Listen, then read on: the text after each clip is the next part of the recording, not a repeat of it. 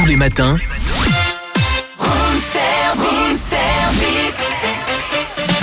démarrez la journée avec Room Service, votre cocktail survitaminé, servi par Cynthia et Charlie. Il est 8h18, l'actu du jour. Nous allons parler du Muséoparc Alésia. Hier avait lieu la conférence de presse pour lancer la nouvelle saison 2026 avec un avant-goût à partager donc avec tous ceux qui sont là aussi en contact avec le Muséoparc. Et nous avons Mathilde Lepioloville qui est chargée et responsable de l'action culturelle. Bonjour Mathilde. Bonjour Mathilde. Bonjour. Alors, ça s'est bien passé hier ?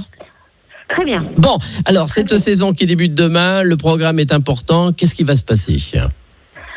Alors, la programmation est intense puisque demain, on ouvre avec une toute nouvelle application en réalité superposée qui permettra aux visiteurs d'être plongés en 52 avant Jésus-Christ. Ils vont sortir à l'extérieur, scanner un QR code et en promenant leur téléphone dans le paysage, ils verront comment les légionnaires construisaient les fortifications, comment ils vivaient au quotidien dans les camps.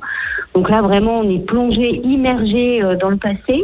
Et puis, il y aura aussi une immersion sonore, donc sur la terrasse panoramique. Et là, on entendra le point de vue de Vercingétorix qui va nous raconter comment il a vécu, ce qui s'est passé quand il était enfermé dans l'oppidum et quelles ont été ses stratégies. Et donc, on a à la fois le point de vue des Romains quand on est en bas et le point de vue de Vercingétorix sur la terrasse. Et puis les visiteurs pourront aussi, à partir de lundi, apprendre la gravure avec Adeline Piovoso qui va proposer aux visiteurs de s'initier à la technique de la gravure taille douce et d'imprimer leur propre gravure. D'accord, alors il faut avoir quand même son téléphone sur soi, donc vous ne prêtez pas de téléphone ni d'appareil, il faut avoir son téléphone, des écouteurs, Voilà. Des choses comme ça. Effectivement, il faut avoir son téléphone pour scanner le QR code. Idéalement, il faut avoir des écouteurs pour être à l'extérieur. Par contre, l'immersion sonore, là, on n'a pas besoin, c'est diffusé en extérieur et donc il n'y a pas besoin de téléphone. Et alors le Muséoparc réouvre ses portes demain et propose de nombreuses animations, notamment pendant ses vacances scolaires d'hiver. Quelles sont quelques-unes de ces animations proposées ? Eh bien, je vous disais, il y a l'atelier, il y aura aussi des visites guidées, et puis pour les familles et les enfants, on a tout un tas d'outils qui permettent de découvrir l'exposition temporaire consacrée à Jules César en autonomie, des livres et jeux. Et puis, bien sûr, on peut visiter le parcours permanent et l'exposition temporaire. Alors, c'était combien de visiteurs pour 2025 pour le Muséoparc, vous le savez ? Alors, on était à 84 000 visiteurs. D'accord.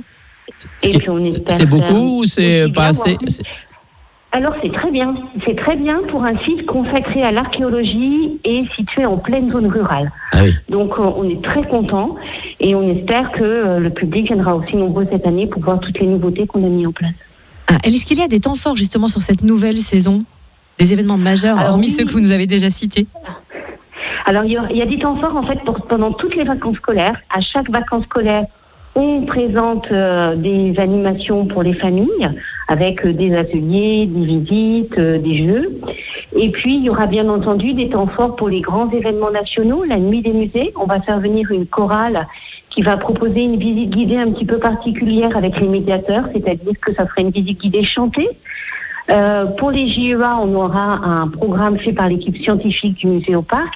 Et pour pour les journées du patrimoine, qui auront lieu en septembre, là, on va proposer un spectacle absolument incroyable, des percussions, des artifices. On va faire un petit peu de bruit et c'est vraiment un spectacle impressionnant qui sera les Commando Percus. C'est un spectacle qui sera proposé en France en Côte d'Or pour la première fois. Et l'été, il y a toujours beaucoup de choses, beaucoup de reconstitutions souvent d'ailleurs l'été. Alors, on a un petit peu changé cette année. La reconstitution, ça sera pour le week-end de l'Ascension.